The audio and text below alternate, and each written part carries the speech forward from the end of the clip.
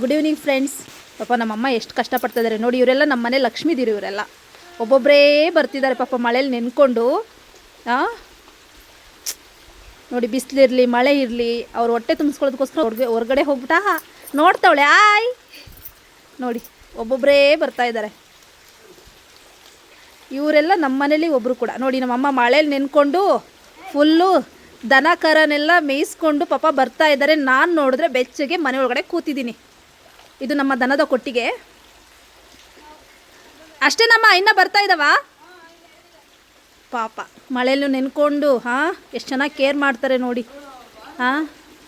ನಮ್ಮ ಬೆಂಗಳೂರಲ್ಲಿ ಹಸು ದನ ಕರುಗಳೆಲ್ಲ ರೋಡಲ್ಲೇ ಇರ್ತವೆ. ಅವು ನೋಡಿದ್ರೆ ತುಂಬ ಬೇಜಾರಾಗುತ್ತೆ. ಅವಕ್ಕೆ ತಿನ್ನೋಕ್ಕೆ ಊಟ ಇರಲ್ಲ. ಮಳೆ ಬರಲಿ ಬಿಸಿಲು ಇರಲಿ ಆಯಿತಾ, ರಸ್ತೆಲೇ ಬಿದ್ದಿರ್ತವೆ. ಅವು ಅದನ್ನು ಯಾರು ಮೇಯಿಸಲ್ಲ, ಯಾರು ಕೇರ್ ಮಾಡಲ್ಲ. ನೋಡಿ, ಕರೆಕ್ಟಾಗಿ ನಮ್ಮ ಮನೆ ಇದೆ ಅಂತ ಅವು ಬರ್ತವೆ.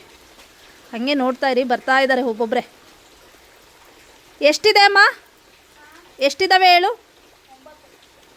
9 ಹಸುಗಳಿದ್ದಾವೆ. ಒಬ್ಳು ಅಲ್ಲೇ ನಿಂತ್ಕೊಂಡಿದ್ದಾಳೆ, ಯಾಕೋ ಗೊತ್ತಿಲ್ಲ. ಮನೆ ಕಡೆ ಅವಳಿಗೆ ದಾರಿ ಕಾಣಿಸ್ತಿಲ್ಲ ಅನಿಸುತ್ತೆ. ನೋಡಿ, ಇಣಕ್ಕೆ ನೋಡ್ತಿದ್ದಾಳೆ ಹೋಗ್ಲಾ ಬೇಡವಾ ಅಂತ. ಇನ್ನೂ ಅವಳಿಗೆ ಹೊಟ್ಟೆ ತುಂಬಿಲ್ಲ ಅನಿಸುತ್ತೆ. ಹೋಗ್ತಾ ಇದ್ದಾಳೆ. ಅವಳ ಹೆಸ್ರೇನು?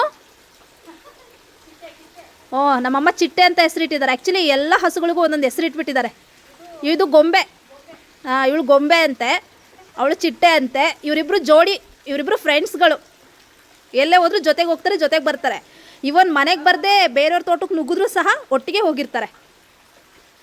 ಖುಷಿಯಾಗುತ್ತೆ ಇವ್ರನ್ನ ನೋಡೋಕ್ಕೆ. ಪಾಪ ಎಲ್ಲ ಮಳೇಲಿ ನೆನೆಸ್ಕೊಂಡು. ಆಯಿತಾ, ಅದೇ ನೋಡಿ, ನಾವೆಲ್ಲ ನಾನು ಮಾತ್ರ ಆರಾಮಾಗಿ ಒಳಗಡೆ ಕೂತಿದ್ದೀನಿ. ಮಳೆ ಜೋರು ಬರ್ತಿತ್ತು.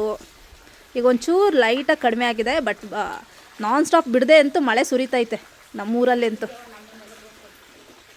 ಇರಲಿ ಒಂಚೂರು ಹಾಯ್ ಮಾಡಮ್ಮ.